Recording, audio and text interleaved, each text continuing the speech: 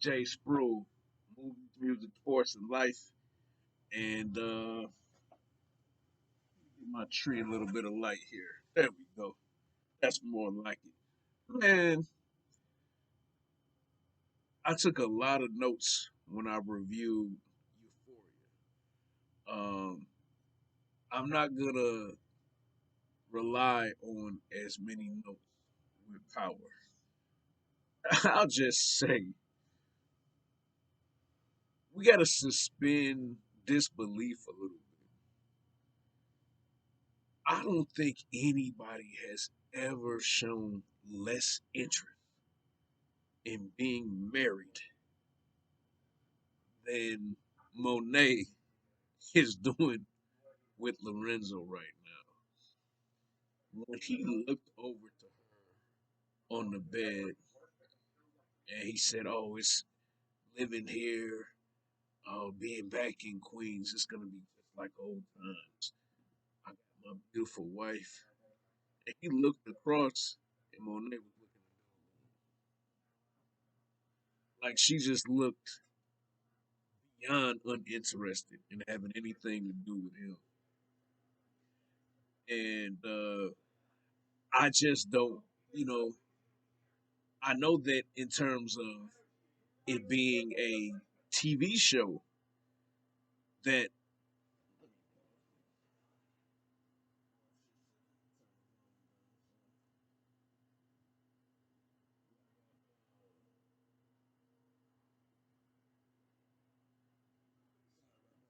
got Titans playing in the background, season three. I haven't watched any of that from HBO Max, but it's I guess maybe I'm looking at it from the standpoint that maybe Lorenzo Tejada knows that he's gonna have to knock his wife off. Maybe maybe that's why he is allowing the disrespect or allowing the non-enthusiasm of Mary J. Blige, aka Monet. But it just seems too blatant that she just doesn't like him.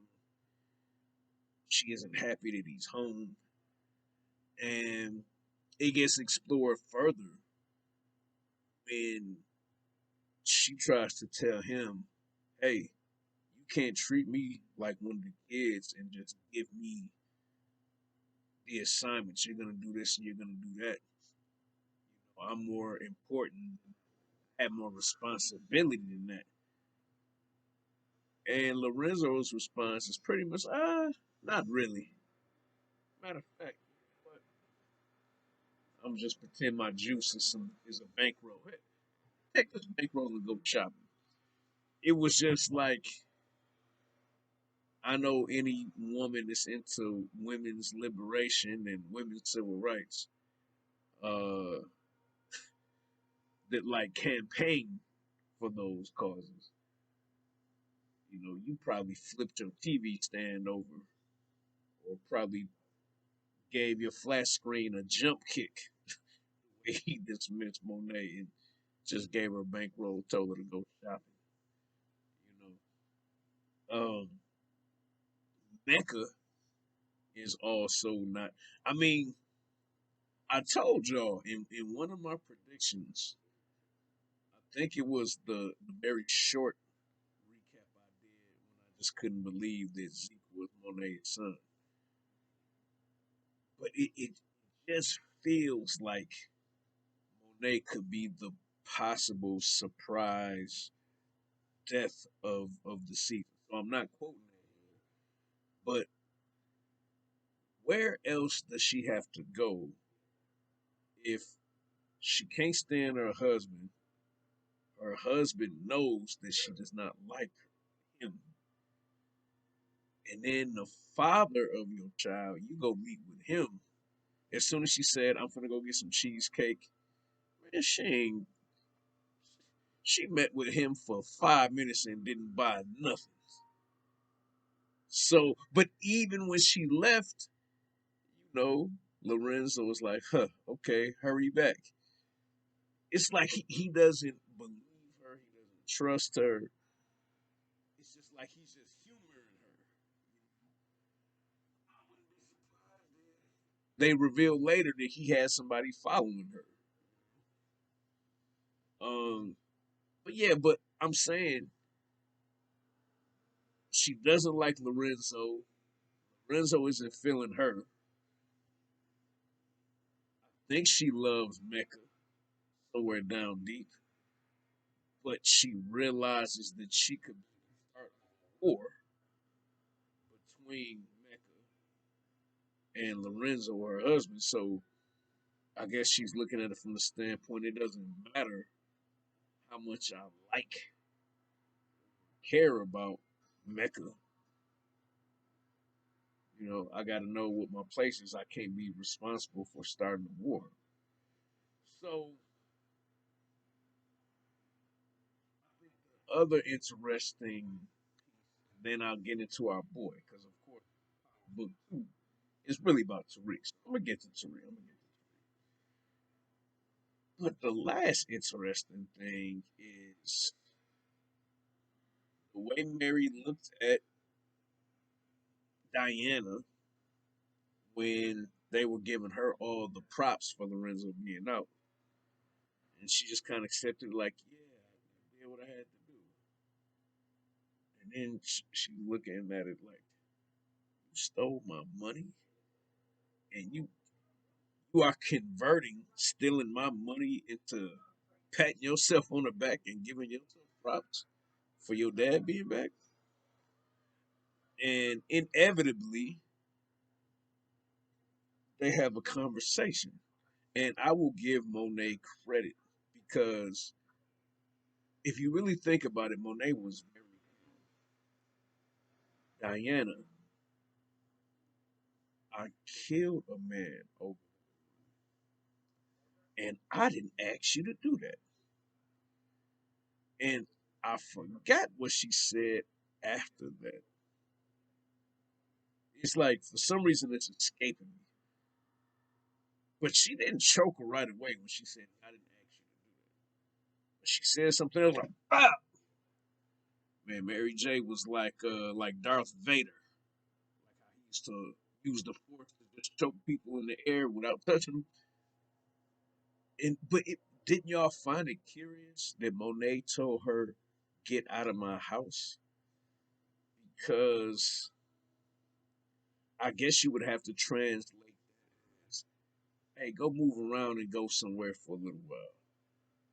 Because obviously, with Daddy being home and Diana being Daddy's little girl, ain't no telling Diana to get out, as in leave, like how she would do Kanan.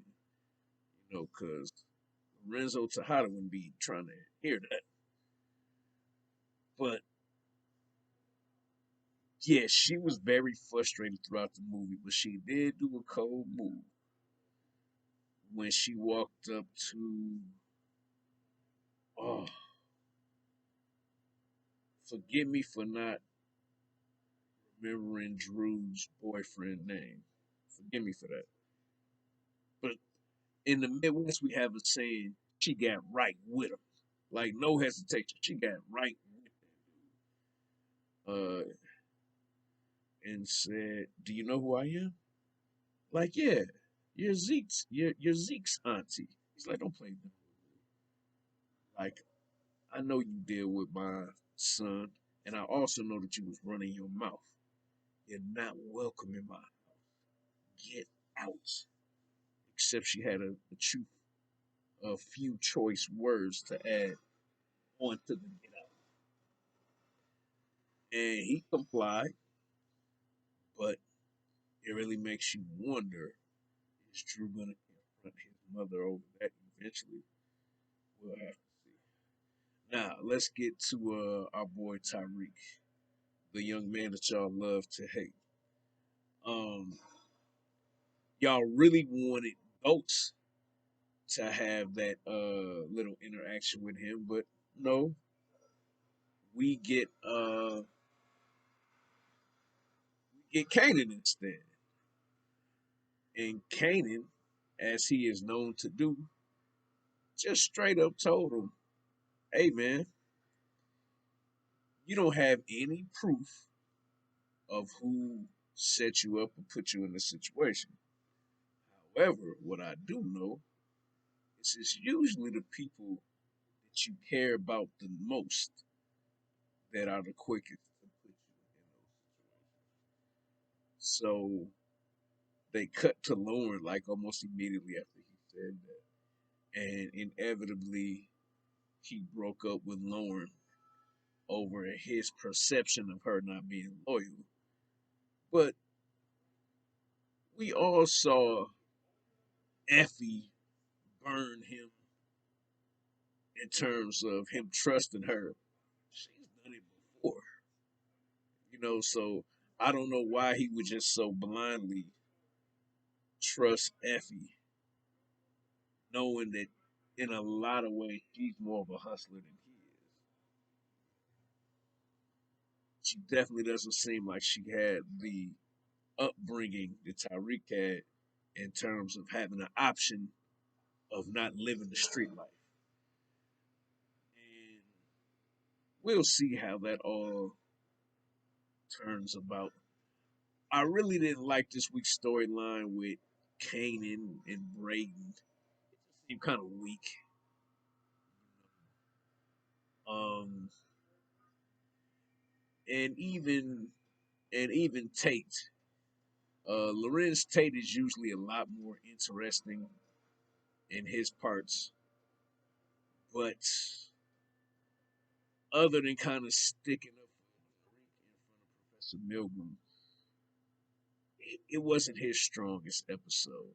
Um, and I'll close this out by saying, I know I just said that Monet is probably on the list of somebody who could be knocked off, but trust me, Professor Milgram is definitely on that list.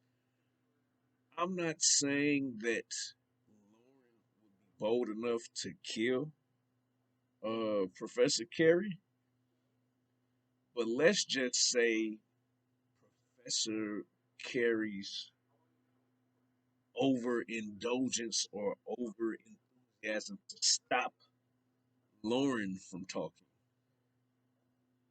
See a scenario in which her going too far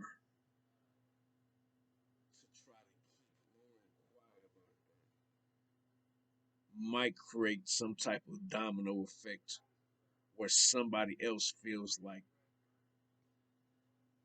take her out. So, but at least I admit I don't know how or what that would be. How that would happen. All right, y'all. Hope y'all enjoyed this review.